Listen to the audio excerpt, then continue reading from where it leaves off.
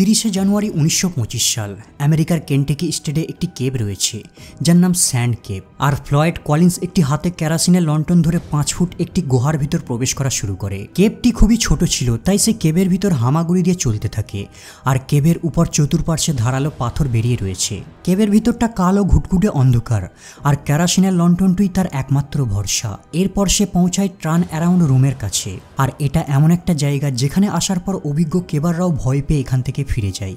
এই কারণে এই জায়গাটির নাম টার্ন অ্যারাউন্ড রাখা হয়, কারণ আরও সামনের দিকে যেতে গেলে কেভারকে একটি ছোট্ট প্যাসেজ ক্রস করতে হবে।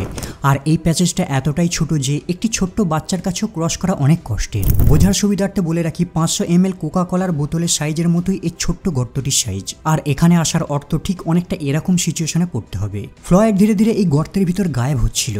গুহার ধারালো পাথরে তার জামা আটকে যাচ্ছে, এই কারণে ভিতরে প্রবেশ করতে তার অনেক কষ্ট হচ্ছিল। এই সময় ফ্লয়েড তার পায়ের সাহায্যে নিজেকে ভিতর দিকে পুশ করছে। এরপর সে একটা চওড়া ওপেনিংয়ের কাছে পৌঁছায়।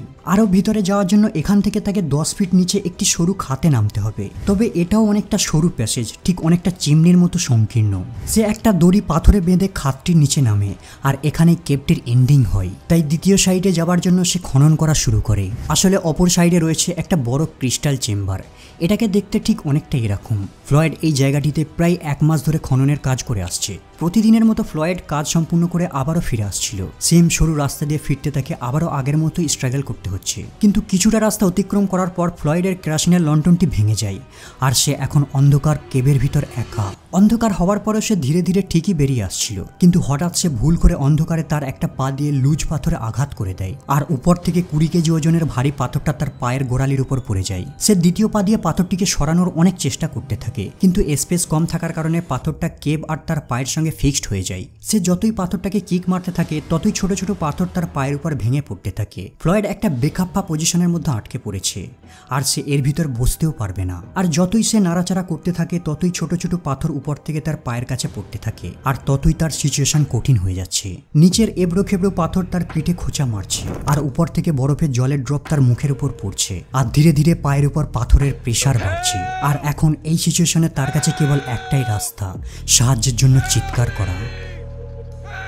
এটা হলো স্যান্ড কেভ, আর ফ্লয়েড কলিন ভূমি থেকে 60 ফিট নিচে অন্ধকার একটা ছোট্ট গুহার ভিতর আটকে পড়েছে। আর এখান থেকে শুরু হয় ফ্লয়েড কলিনের বাঁচার লড়াই।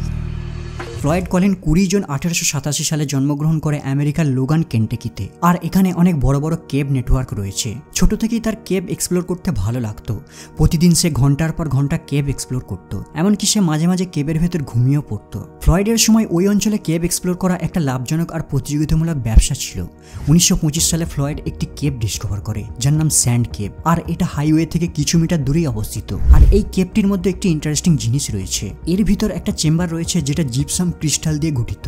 আর এই কেভটি বাকি কেভের থেকে অনেক সুন্দর দেখতে ছিল, কিন্তু এর ভেতর প্রবেশ করা অনেক কঠিন। ফ্লয়েড এর ভিতর যাবার জন্য কয়েক সপ্তাহ ধরে সরু পথ থেকে নুড়ি, বেলে পাথর আর চুনা পাথর পরিষ্কার করে চলেছে। ফাইনালি 30 জানুয়ারি 1925 সালে যেদিন সে এই কেভের ভিতর আটকে পড়ে, ওই দিনই ক্রিস্টাল চেম্বারের ভিতরে যাওয়ার রাস্তাকে খনন করে বের করে ফেলে। সে খুবই এক্সাইটেড ছিল, কারণ 1 মাস ধরে পরিশ্রম করার পর তার স্বপ্ন সফল হয়। কিন্তু সৃষ্টিকর্তা তার ভাগ্যে ওই দিন অন্য কিছু লিখে রেখেছিল। ওই দিন ফিরে আসার সময় ফ্লয়েড মাটির 60 ফিট নিচে আটকে পড়ে, যেখান থেকে সামান্য মুভ করা অসম্ভব। ঘন্টার পর ঘন্টা ফ্লয়েড চিল্লাতে থাকে, কিন্তু তাকে শোনার মতো সেখানে কেউ ছিল না। ক্লান্ত হয়ে ওখানেই সে ঘুমিয়ে পড়ে, আর ঘুম ভাঙার পর আবারও সে চিল্লাতে শুরু করে, কিন্তু তার চিৎকার শোনার মতো সেখানে কেউ ছিল না। প্রায় 23 ঘন্টা পর্যন্ত ছোট্ট একটা কেভের ভিতর সে আটকে পড়ে আছে। এদিকে ফ্লয়েড বাড়ি ফিরছে না দেখে তার বাড়ির লোকের টেনশন হয়। ফ্লয়েডকে খোঁজার জন্য তার বাবা, কাকা আর ছোট ভাই হেমার কলিনও কেভের সামনে উপস্থিত হয়। তারা লক্ষ্য করে ফ্লয়েডের জামা আর টুপি কেভের প্রবেশদ্বারের কাছে আটকানো রয়েছে। এটা দেখে তারা বুঝতে পেরে যায় যে হয়তো ফ্লয়েড গুহার ভিতরেই রয়েছে। কনফার্ম করার জন্য তার ভাই হোমার কলিন কেভের টার্ন অ্যারাউন্ডের কাছে গিয়ে তার নাম ধরে ডাকতে থাকে, আর ভিতর থেকে তার ভাইয়ের চিৎকার শুনতে পায়। হোমারের আর বুঝতে বাকি নেই তার ভাই এখন মহাবিপদের মধ্যে পড়ে আছে। হোমার বাইরে বেরিয়ে ফ্লয়েডের আটকে পড়ার ঘটনা সবাইকে জানিয়ে দেয়। এরপর কিছু জলখাবার সঙ্গে নিয়ে আর রিক্স নিয়ে অনেক কষ্টে তার ভাইয়ের মাথার কাছে পা রাখে। প্রথমে সে তার ভাইকে রিল্যাক্স করার জন্য স্যান্ডউইচ আর হট কফি খাওয়ায়। এরপর সে তার ভাইকে ওখান থেকে উদ্ধার করার পরিকল্পনা করতে থাকে, কিন্তু এখানের পরিস্থিতি ছিল অনেক ডেঞ্জারাস। 1 মিনিট এখানে এখানে টিকে থাকা হোমারের কাছে যেন চ্যালেঞ্জিং হয়ে দাঁড়াচ্ছে। ওয়েল, ফ্লয়েড এখানে রয়েছে আর তার পায়ের উপর ভারী পাথর পড়ে আছে, আর তার চতুর্পার্শ্বে ছোট ছোট পাথর পড়ে আছে, আর ছোট পাথরের উপরে রয়েছে অনেক লুজ পাথর যেগুলি নিচে পড়ার জন্য রেডি রয়েছে। যেহেতু এখানে ওপেনিং অনেক ছোট ছিল তাই তার কাছে কেবল দুটো অপশনই রয়েছে। ফার্স্ট অপশন, হোমারকে প্রথমে পা নিচু করে নিচের দিকে আসতে হবে, কিন্তু এভাবে সে ফ্লয়েডকে টাচ করতে পারবে না, তার বডিটাই ব্লক করছে। দ্বিতীয় অপশন, যদি হোমার প্রথমে তার মাথাটিকে নিচের দিকে নিয়ে যায় তাহলে সে অ্যাক্সেস তো পেয়ে যাবে, কিন্তু তাকে প্রায় 100 কেজি পাথর উল্টো হয়ে সরাতে হবে। কিন্তু সমস্যা হলো এখানে জায়গা অনেক কম। প্রায় 8 ঘন্টা ধরে সে পাথর সরিয়ে চলেছে, কিন্তু আবারও উপর থেকে লুজ পাথর নিচের দিকে জমা হয়ে যাচ্ছে, আর হোমারের সব পরিশ্রম ব্যর্থ হয়ে যাচ্ছে। সে তার ভাইকে জানায়, আমি উদ্ধারের কিছু বন্দোবস্ত করছি। এই বলে সে হতাশ হয়ে কেবের বাইরে বেরিয়ে আসে, আর ফ্লয়েড এখানে প্রায় 45 ঘন্টা আটকে আছে। যখন হোমার বাইরে বেরিয়ে আসে সে দেখে কেবের সামনে কয়েক হাজার মানুষ জমায়েত হয়েছে, আর সবাই অপেক্ষা করছে হয়তো হোমার তার ভাইকে উদ্ধার করতে সফল হয়েছে। এখন ফ্লয়েডের দুর্ঘটনার নিউজ আগুনের মতো সব জায়গায় ছড়িয়ে পড়েছে, আর সেখানে অনেক রিপোর্টারও চলে আসে। তারা সবাই হোমারের থেকে ইন্টারভিউ নেওয়া শুরু করে আর ফ্লয়েডের ব্যাপারে জিজ্ঞাসা করতে থাকে। এদের মধ্যে একটি রিপোর্টার ছিল উইলিয়াম মিলার, যে হোমারের থেকে ইন্টারভিউ নেবার অনেক চেষ্টা করছিল, কিন্তু হোমার রেগে গিয়ে তাকে জানায়, শোনো, আমাকে এমন স্টুপিড প্রশ্ন না করে নিজে কেবের ভেতরে গিয়ে ফ্লয়েডকে জিজ্ঞাসা করো। এটা শুনে উইলিয়াম মিলার সহমত পোষণ করে, আর সে ক্যামেরা নিয়ে কেবের ভিতরে যাওয়া শুরু করে। সে ধীরে ধীরে ফ্লয়েডের কাছেও পৌঁছে যায়। আসলে সে এখানে ফ্লয়েডকে সাহায্য করতে আসেনি, তার আসল উদ্দেশ্য ছিল নিউজের টিআরপি বাড়ানো। এমনও পরিস্থিতিতে সে ফ্লয়েডের ইন্টারভিউ নিতে থাকে, যা সত্যি হাস্যকর। কিন্তু ফ্লয়েড ইন্টারভিউ দেওয়ার মতো ফিট ছিল না, সে ওখানে মৃত্যুর সঙ্গে লড়াই করছে। রিপোর্টার মিলার কেপ থেকে বেরিয়ে আসে। বাইরে বেরিয়ে আসার পর মিলার ফ্লয়েডের খবরকে ফুল ডিটেলে নিউজ পেপারে প্রিন্ট করে, আর তার নিউজ গোটা আমেরিকায় ছড়িয়ে পড়ে। দূর দূরান্ত থেকে লোকেরা ট্রেনে করে এখানে গুহার সামনে এসে ভিড় জমাতে থাকে।